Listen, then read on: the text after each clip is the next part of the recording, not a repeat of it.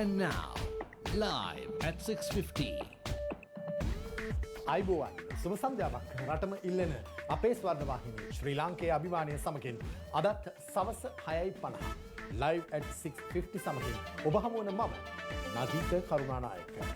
සුබ සන්ධ්‍යාවක් චවික ඔබට. සුබ සන්ධ්‍යාවක් නදීක. මම චවිකා ගුණසේකර. අදත් අපි සූදානම් ගෙවුණු පැය 24 උණුසුම් කළ වැදගත් සිදුවීම් පිළිබඳව ඔබව දැනුවත් කරන්න.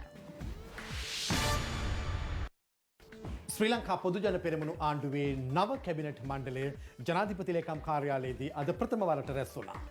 කැබිනට් මණ්ඩලය අද රැස් වුණේ ජනාධිපතිතුමාගේ ප්‍රධානත්වයෙන්.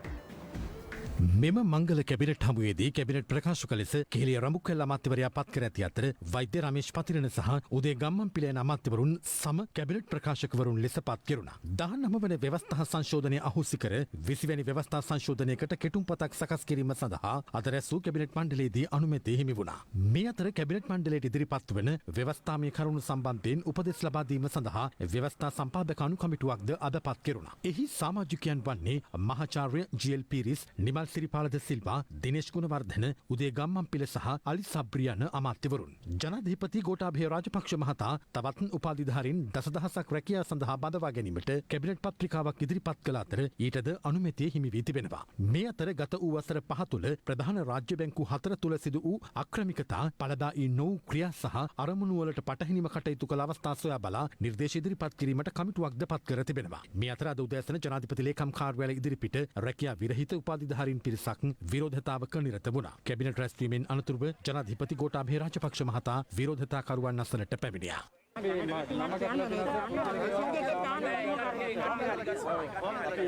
හැමෝටම දෙනවා. කට්ටියට කියන්නේ ඔක්කොටම අදත් කැබිනට් එකේ පුරු කරා තව 10කට. හරි සර්. ඒකට ඔක්කොටම දෙනවා.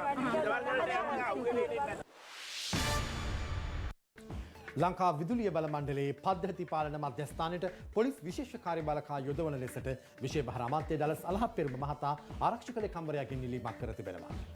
අමාත්‍යවරයා මේ තීරණය ගෙන තිබෙන්නේ පද්ධති පාලන මධ්‍යස්ථානයේ සිදු කළ හදිසි නිරීක්ෂණ චාරිකාවකින් අනතුරුවයි. කෙරවලපිටිය විදුලිය බලාගාරයේ ග්‍රීඩ් උපපොලේ ඇති වූ දෝෂයක් හේතුවෙන් පෙරේදා දහවල් 12:35ට පමණ මුළු දිවයිනේම විදුලි බලය එන හිටියා. ඒ සමගම එන හිටි නොරොච්චෝලේ තාප විදුලි බලාගාරයේද යළි පණගැන්වීමට තවත් දින කිහිපයක් ගතවන බව විදුලිය බල මණ්ඩලය පැවසුවා. මේ තත්ත්වය තුළ විදුලිය ඉල්ලුමට සරිලන සැපයුම ලබා දීමට නොහැකි නිසා දිවයිනටම බලපාන පරිදි කාණ්ඩ 4කට බෙදා දිනකට පැය බැගින් විදුලිය විසන්ධි කිරීමටද විදුලිය බල මණ්ඩලය තීරණය කළා. මෙම තත්ත්වය මෙම සතිය නිමවීමට ප්‍රථම පාලනය කිරීමට හැකිවනු ඇති බවයි විදුලිය බල මණ්ඩලයේ ප්‍රකාශකයෙකු සඳහන් කළේ.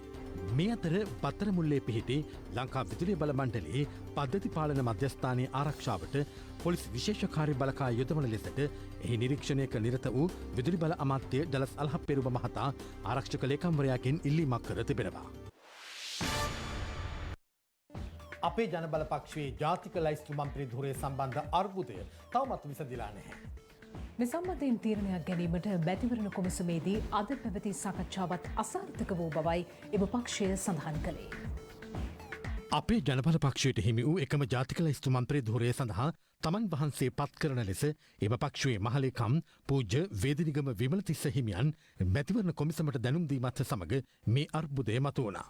ජාතික ලැයිස්තු මන්ත්‍රී ධුරය මහලේකම් වේදිනිගම විමලතිස්ස හිමිගේ නම් කිරීම මත උන්වහන්සේට ලබා දෙනවාද නැතහොත් වර්තමාන මහලේකම්වරයා සහ සභාපතිවරයා නම් කරන අයෙකුට ලබා දෙනවාද යන්න මැතිවරණ කොමිසම තීරණය කළ යුතු වනවා.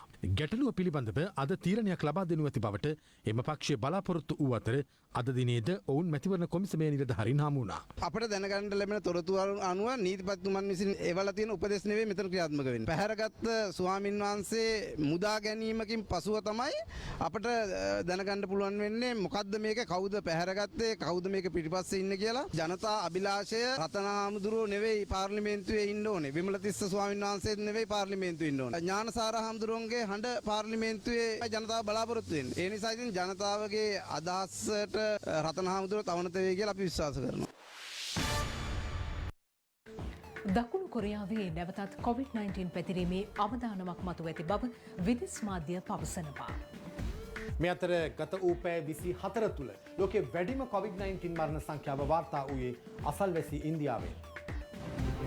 ගත වූ පැය 24 තුළ ලොව වැඩිම COVID-19 මරණ සංඛ්‍යාව වාර්තා වී ඇත්තේ ඉන්දියාවෙන් වන අතර එය දහසකට අධිකයි.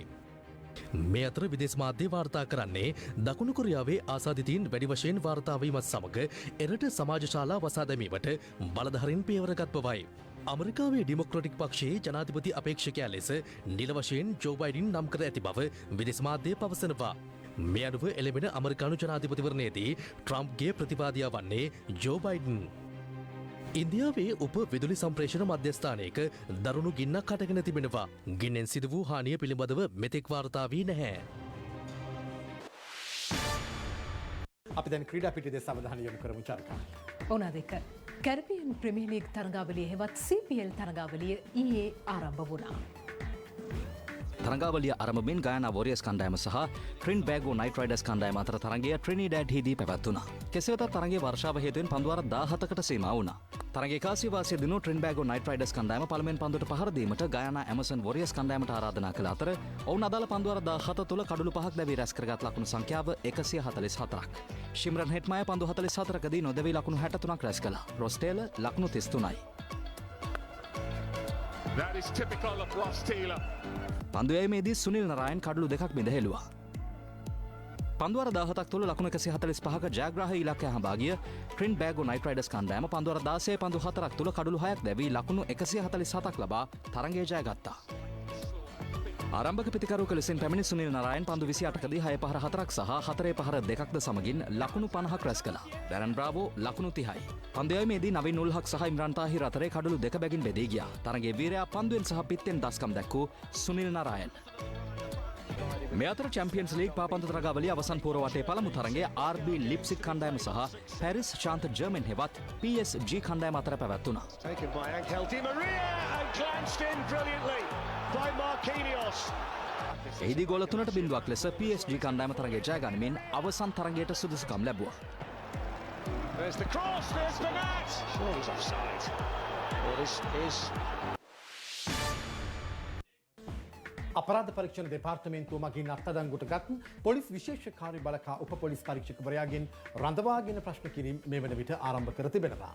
ප්‍රකාශයක් ලබා දීම සඳහා ඊයේ පස්වරුවේ අපරාධ පරීක්ෂණ දෙපාර්තමේන්තුව වෙත පැමිණි ඔහු ඊයේ රාත්‍රියේ අත්අඩංගුවට ගැනීමටයි කටයුතු කළේ. දැනට අත්අඩංගුවේ පසුවන පොලිස් මද්ද්‍රව්‍ය විනාශක කාර්යාංශයේ නිලධාරීන් සමග අදාළ ජාවාරම් සඳහා සම්බන්ධ වී ඇති බවට ලැබුණු තොරතුරකට අනුව ප්‍රකාශයක් ලබා ගැනීම සඳහා එම විශේෂ කාර්ය බළකා සෙබලා ඊයේ පෙරවරුවේ අපරාධ පරීක්ෂණ දෙපාර්තමේන්තුව වෙත කැඳවා තිබුණා. පැය කිහිපයක් සිදු කළ ප්‍රශ්න කිරීම් වලින් අනතුරුව ඊයේ රාත්‍රී 10:30ට පමණ ඔහු අත්අඩංගුවට ගැනීමට කටයුතු කළ බව පොලිස් මාධ්‍ය ප්‍රකාශක කාර්යාලය සඳහන් කළා.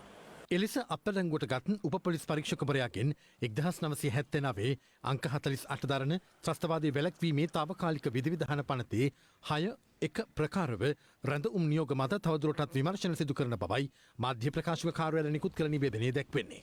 මේ අතර හෝමාගම පිටිපන ප්‍රදේශයේ වෙළඳසැලක තිබී T56 වර්ගයේ ගිනියා විසොයා ගැනීමේ සිද්ධිය සම්බන්ධයෙන් අත්අඩංගුවට ගත් සතියන්ත ජාතික පුවත්පතක මාධ්‍යවේදියාගෙන්ද රැඳවුම් නියෝග මත ප්‍රශ්න කිරීමේ කටයුතු ආරම්භ කර තිබෙනවා. අඹකොළවැව මැදමුලන ප්‍රදේශයේ පදිංචි 30 හැවිරිදි අදාළ මාධ්‍යවේදියා අපරාධ පරීක්ෂණ දෙපාර්තමේන්තුව මගින් අත්අඩංගුවට ගනු ලැබුවා. මේ තමයි අද දවසේ වාර්තා වුණු වැදගත් සිදුවීම්. ඒ පිළිබඳ සවිස්තර තොරතුරු රැගෙන දවසේ සම්බර තොරතුරු ප්‍රකාශය සමගින් තවත් පැයකින් අප දෙදෙනා ඔබ හමු වෙනවා. සුබ රාත්‍රියක්. සුබ රාත්‍රියක්.